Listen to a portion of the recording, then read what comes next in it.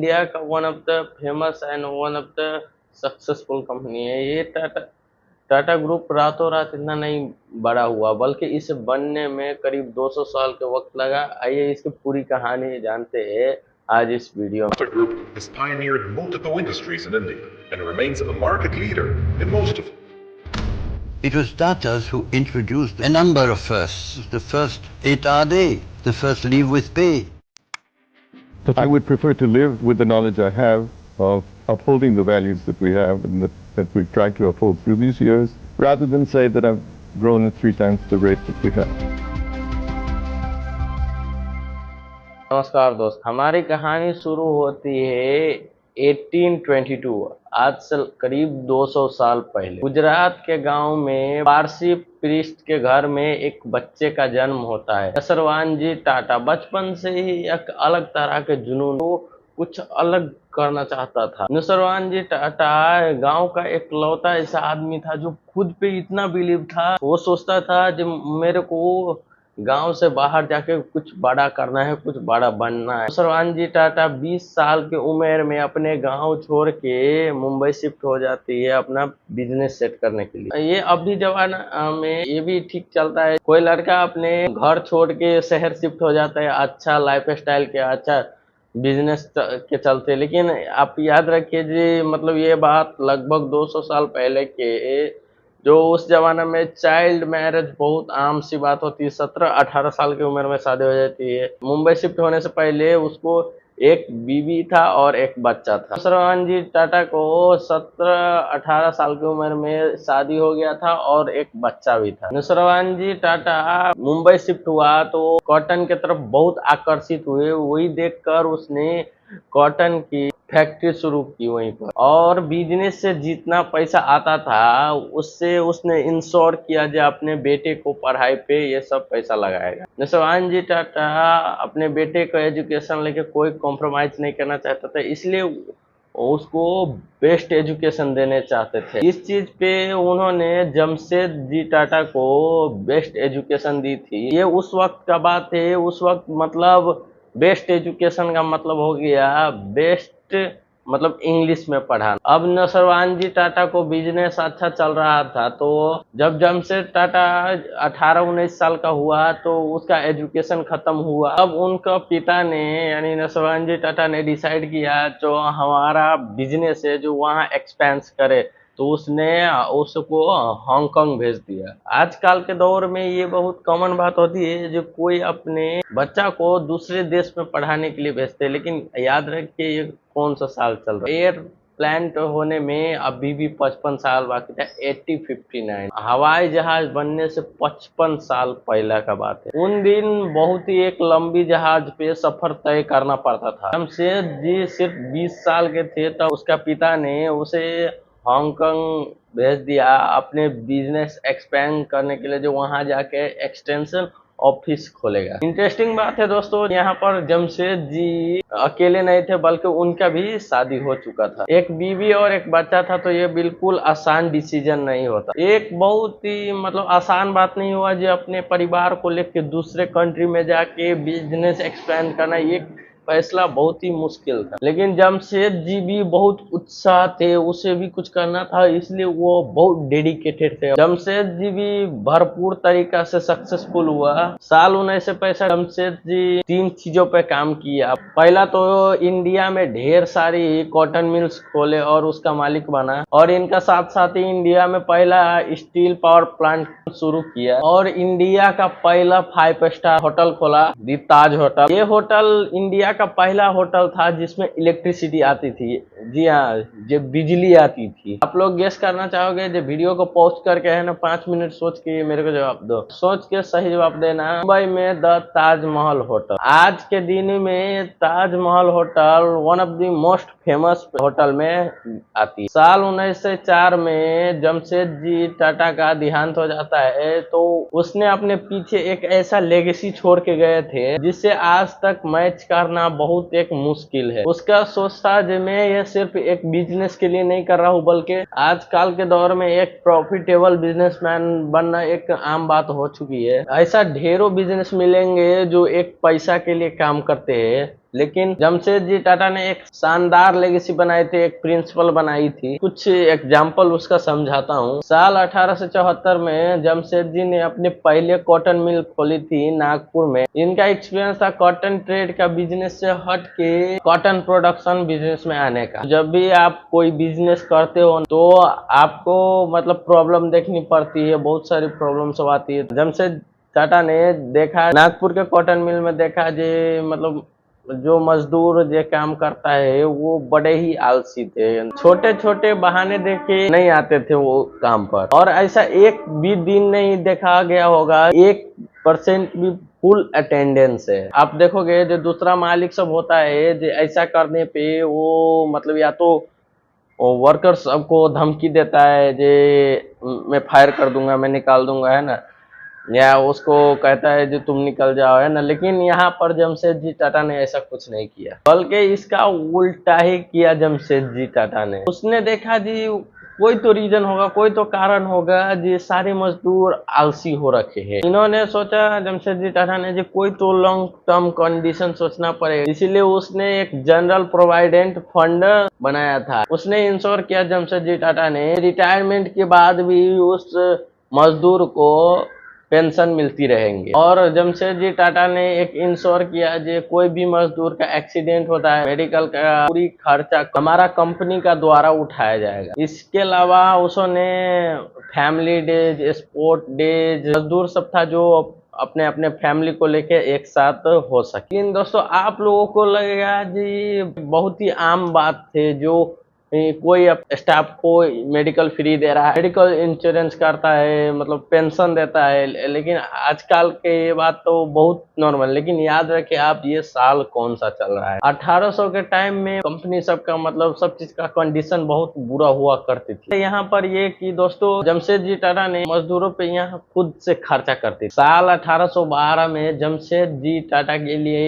एक अच्छा खबर होती है। होता क्या है जी, इंग्लैंड अपने ज्यादातर कॉटन मटेरियल अमेरिका से खरीदते थे, क्योंकि वहां पर सिविल वार चल रही थी तो वहां का सप्लाई बंद हो चुकी थी। तो जमशेदजी टाटा ने इस मौका का पूरा फायदा उठाया और अपने तरफ से कॉटन का रेट डबल कर दिया और इंग्लैंड को इंडिया ही से कॉटन इंपोर्ट करना पड़ता था। इन सभी के दौरान इन्होंने एक लंदन में जाके एक ऑफिस भी सेटअप किया और इन्होंने 4 साल पूरे भरपूर प्रॉफिट कमाया। लेकिन 4 साल बाद अमेरिका सिविल वॉर खत्म हो गई और अमेरिका से आने वाला सप्लाई मतलब फिर से चालू हो गई और इसी वजह से जमशेदजी टाटा पे बहुत असर पड़ता है। जमशेदजी टाटा बहुत लॉस में जाने लगते हैं, इन्वेस्टर सब उसका पीछे भागने लगती है। इन्वेस्टर बोलते थे कि हमारा रिटर्न्स हमें दो। और यहाँ पर जमशेदजी टाटा ने मतलब अपने स्ट्रॉन्ग फीलिंग के लेके बहुत डेडिकेटेड थे। इसी कारण से उसने इन्वेस्टर सबको कहा जो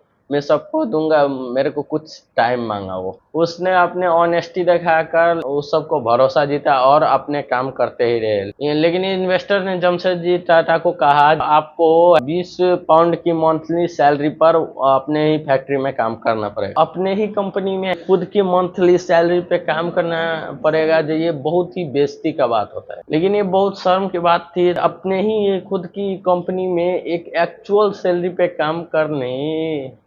और जमशेदजी टाटा मतलब इसका हिम्मत नहीं हारा और उसी फीस पे उसने वहां पर काम करते ही रहा। तो दोस्तों आप सोच लीजिए जमशेदजी टाटा कितना डेडिकेट होंगे अपने स्ट्रॉन्ग फीलिंग को लेकर, बिजनेस के लेके। और पता है दोस्तों उनके पिता यानी नसवान जी टाटा को कॉटन मिल अच्छा नहीं चल रहा था, तो तब उसका जितना भी इन्वेस्टर था नसवान जी टाटा को उसका इन्वेस्ट किया रुपया वापस मांगने लगा तो नसवान जी टाटा ने अपने घर बेच कर दिया। और दोस्तों दोनों फैसला में इसका डिसीजन था वो बहुत ही सक्सेसफुल निकला। नसवान जी टाटा और जमशेदजी टाटा दोनों अपने बिजनेस को बचा लिया और साथ में अपने रेपुटेशन को। इनसे हमें सीख मिलती है जे मतलब अपने बिजनेस को लेके अपने मतलब खुद का भरोसा को लेके कितना डेडिकेटेड रहना है। अगर हमारे अंदर पैशन है, डेडिकेशन है और स्किल से तो हमें भी सक्सेसफुल से नहीं रोक सकता है।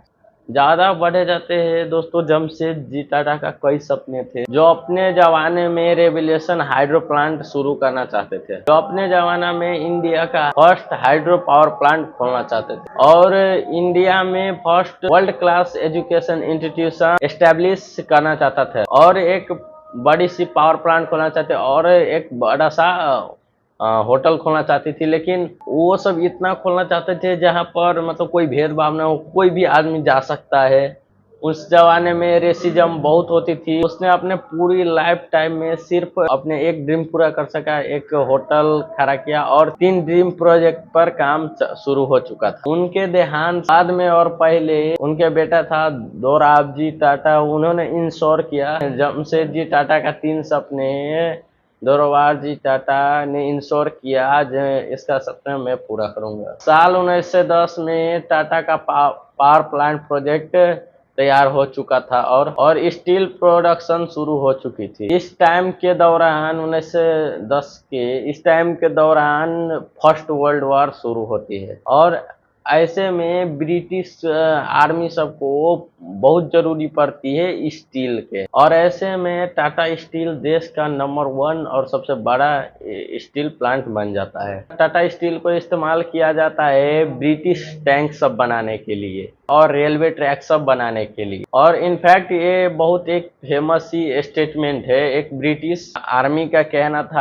फर्स्ट वर्ल्ड वॉर के कारण जो टाटा स्टील के द्वारा बने गए हथियार सब के कारण उन्होंने हमें बचा ली, और उन्होंने कहा था जो स्टील का क्वालिटी इतना अच्छा था कि उसने कहा था जो बम भी गिरता था इस टैंक पे तो वो टैंक मतलब फटता नहीं था। और इसका बाद भी टाटा स्टील बहुत ही फेमस हो गया वर्ल्ड वॉर खत्म होने के बाद। एक बहुत ही स्ट्रॉन्ग रेपुटेशन बन चुका था टाटा स्टील का, और साल 1914 तक टाटा ग्रुप इतना बड़ी कंपनी बन चुकी थी, 14 अलग अलग कंपनी लेके शुरुआत करी थी, और दोराबजी टाटा ने कंपनी का एक्टिविटीज को संभाला। साल 1938 उनके बाद उसका दूर के कजन जंघारगीर रतन टाटा और वही कंपनी का ओवरटेक करती है, और इन्होंने बहुत आगाड़ी टाटा ग्रुप का नाम लेके जाता है। और एक उत्साह नौजवान जो बहुत बड़े बड़े सपने लेके बढ़ रहे थे, जे.आर.डी. टाटा ने अपने एक्चुअल में अपने ग्रो किए थे। फ्रांस में ये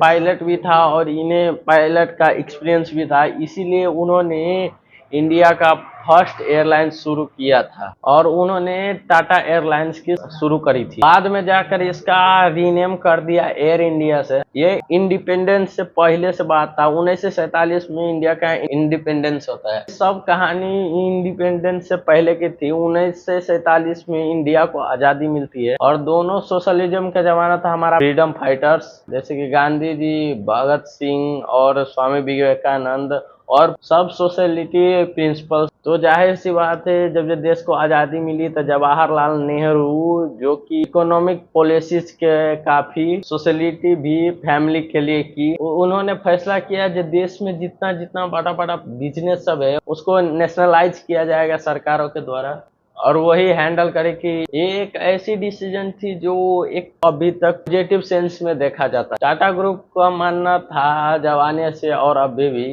ये बिजनेस सिर्फ प्रॉफिट के लिए नहीं है बल्कि नेशन बिल्डिंग के लिए भी होता है। नेहरू सरकार ने जे.आर.डी. टाटा को ऑफर किया वो आकर वहां एयर इंडिया को लीड करे, और जे.आर.डी. टाटा इस ऑफर को खुशी खुशी एक्सेप्ट कर लेते हैं। और यही रीजन है जो एयर इंडिया दुनिया का number 1 one of the most prestigious airline माना जाता है। और इसके अलावा भी जे.आर.डी. टाटा ने और भी ज्यादा बिजनेस को एक्सपेंड लगे थे। सन 1945 में टाटा मोटर्स का पहला प्रोडक्ट बनाया गया था, पटरियों पर चलने वाली लोकोमोटिव्स इंजन। 1968 में इसने पहला अपने टाटा कंसल्टेंसी खोला था टीसीएस, जो electronic data programming service provide करती है। टीसीएस देश का सेकेंड लार्जेस्ट अप्लायंस प्रोवाइडर है, और इंडिया रेलवेज के अलावा बाद में और cancer research and treatment centre salt का बिजनेस, इलेक्ट्रॉनिक मैन्युफैक्चर का बिजनेस, और जे.आर.डी. टाटा ऐसे ही 52 कंपनियों को टेक ओवर